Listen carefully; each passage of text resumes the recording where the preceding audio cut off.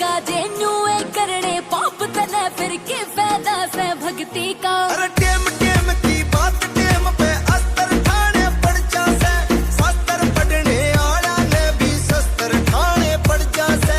पत्ती गुल कर राखी से रे यार तने के ढूंढागी। सांझ सवेरे